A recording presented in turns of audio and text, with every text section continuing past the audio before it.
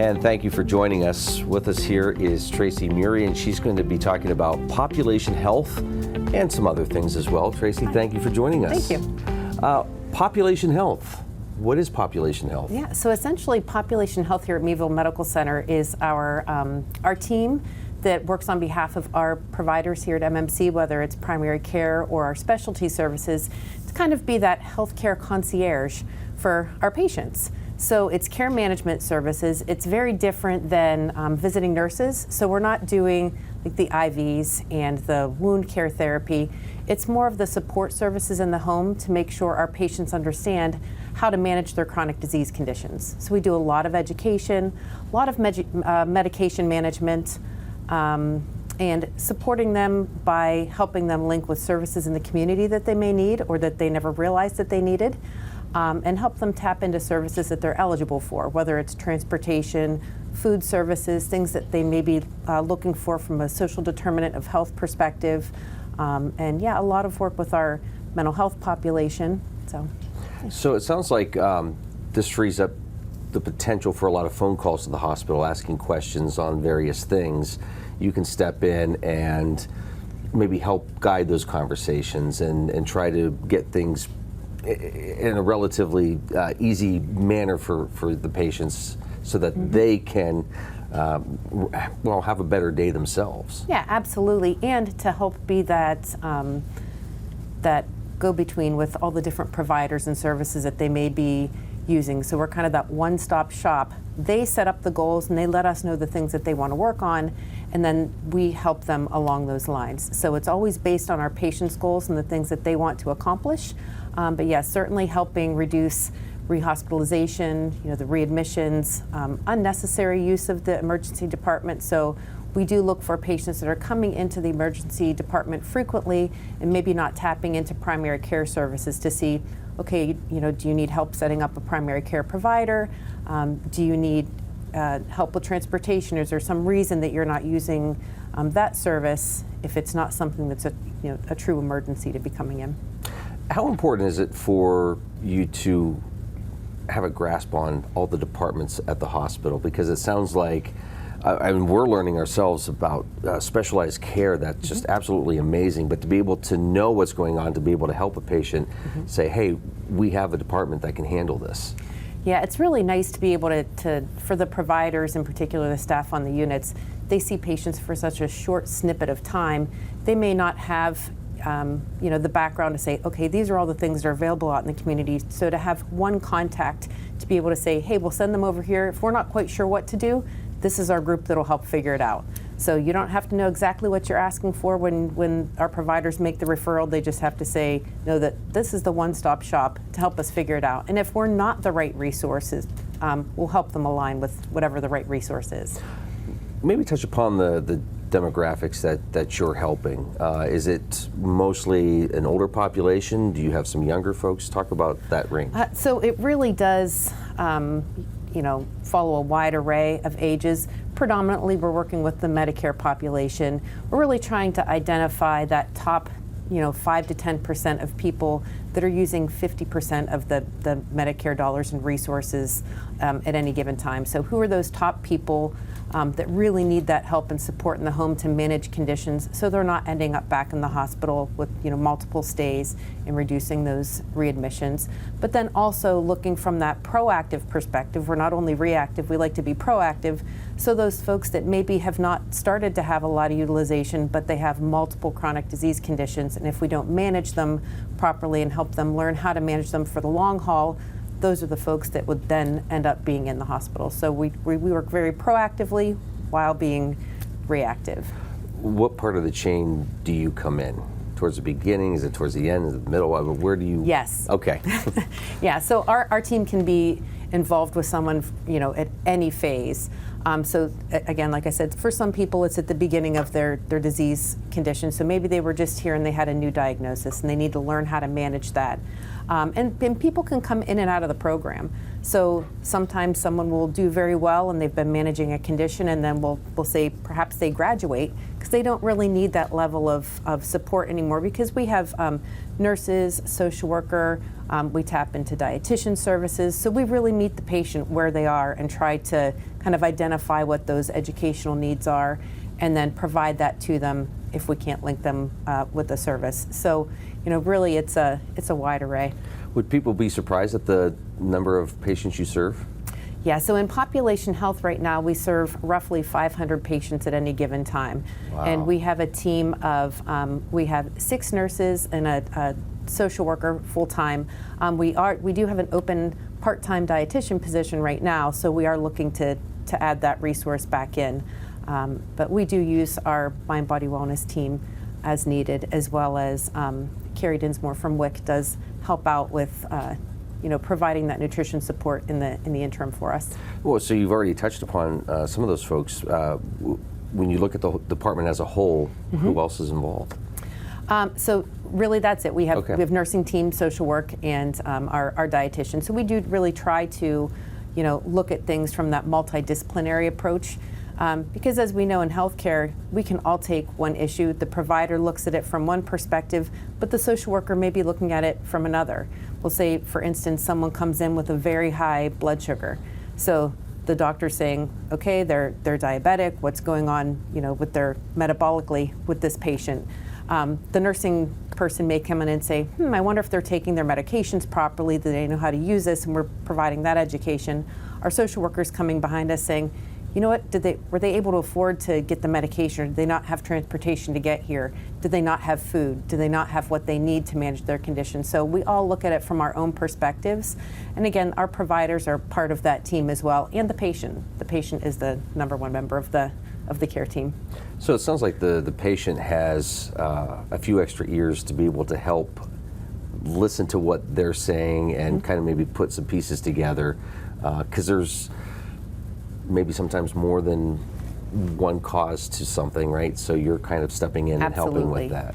Yeah, and there's the term non-compliance is used a lot in medication and in medicine in general, but we try to take that look at, okay, our patients want to do the right things, and so what's stopping them from doing that? So we try to eliminate those obstacles and gaps, and that's a big bulk of the work that we're doing out there, is helping say, okay, if something isn't aligned, if there's a puzzle piece missing somewhere, what is that, and how do we help them build that full picture?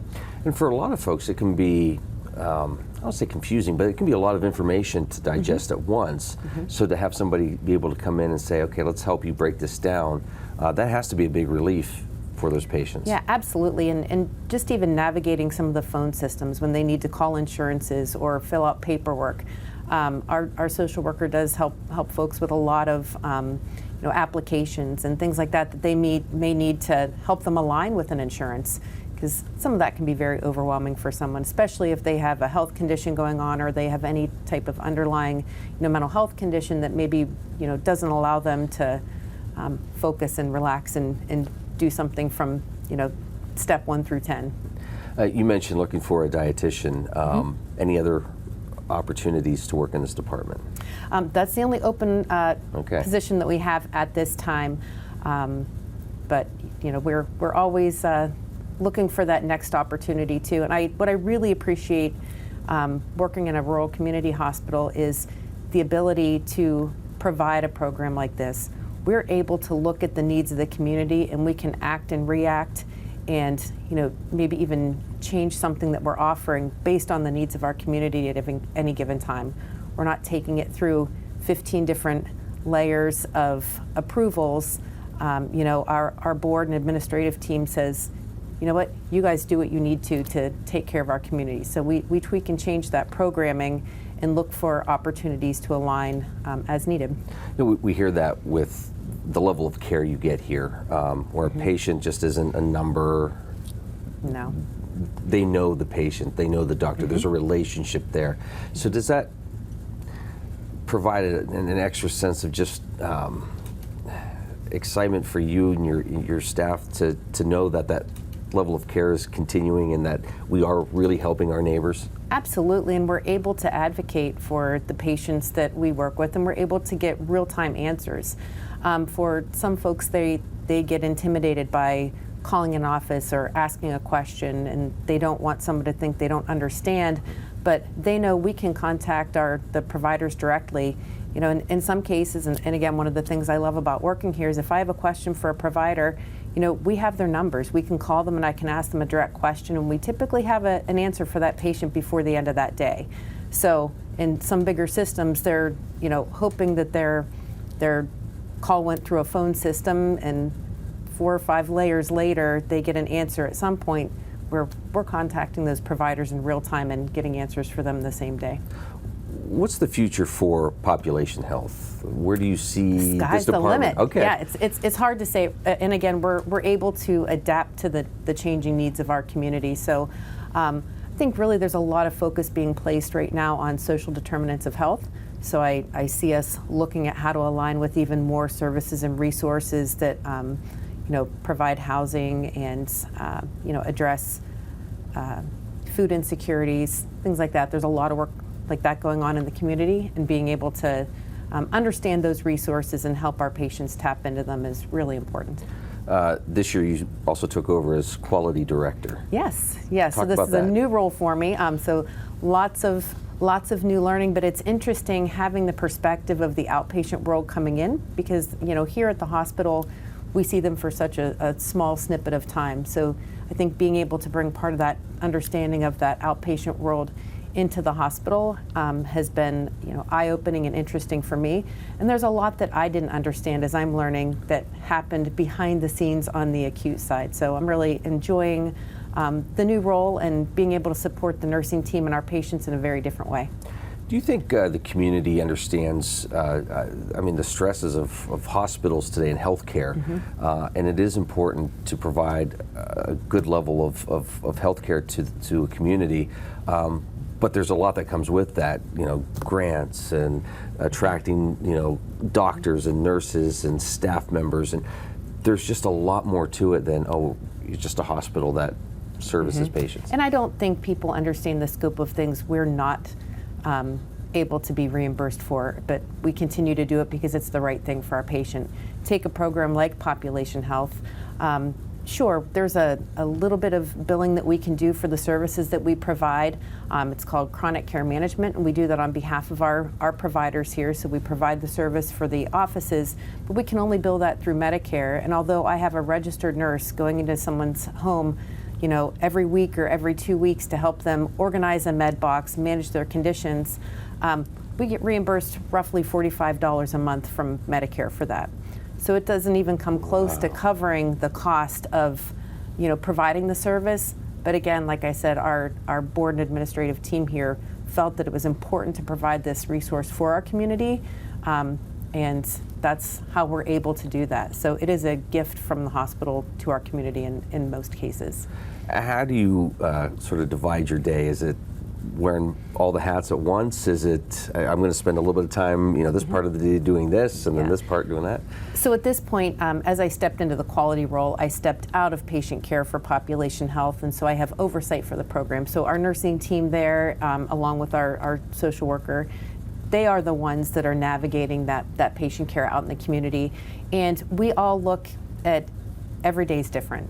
So we meet our patients where they are. There are some that we have to see every week. There are some that we see every 2 weeks. Some are monthly. Some are a phone call. So it's kind of what do they need at any given time. So it's not a cookie cutter program. We try to make sure that we can, you know, consistently meet their needs. But they also know, for our folks that have been stable for a while and maybe they get a monthly phone call, they know who to reach out to if something were to happen, and we can at any time, you know, pick up additional in-home visits and provide whatever level of service they need. Well, it sounds like they're pretty busy right now. Yes. What do you do? Because obviously the health care of a community isn't just, you know, the patients coming in who are sick, but it's the staff itself. How do you keep everybody's spirits high? And that's a, you know, a nurse, that can be a tough job. It can, but we always focus on those wins. So, you know, some of our patients, some of those situations can be a tough nut to crack. So we can have a few situations where maybe we don't get the outcome that we want, but when we're able to prevent, you know, a hospitalization from happening, or, know that we were the difference, talking this patient into doing a preventative service. We've had cases where people refuse to go get a low-dose CT scan after years of smoking to be checked for a lung cancer, and we were able to help them understand the importance of that test, and then they go and have it, and we're able to prevent something from growing and being worse than it could have been. That's where we kind of gain those wins, and it gives us the momentum to get to the next win. Tracy, we're learning a lot here about population health, and again, congratulations on being named Quality Director. Thank you. At the end of the day, what do you do to relax and unwind? Oh gosh, I do like to, I am involved quite a bit in the community, so I sing at our local Catholic church here, and and weddings and things like that. So that's a fun thing that I do. In addition to, we'd like to do some kayaking and outdoor things. So you're out in the community. Yeah. What's the response when you hear somebody say, boy, Meadville Medical Center, we're so lucky to have that here in our backyard. Just the level of care is phenomenal. Yeah, I mean, it gives me a great sense of pride to know that I have a small piece in making sure that our patients are well cared for in our community. And also focusing on preventative medicine. That's another piece of what our population health team does is, working with our primary care offices to do wellness visits in the offices. So linking folks with the cancer screenings and making sure, from A to Z, all of those Medicare benefits are met for them. So that's another way that we help care for that community and know that we're giving that high quality care.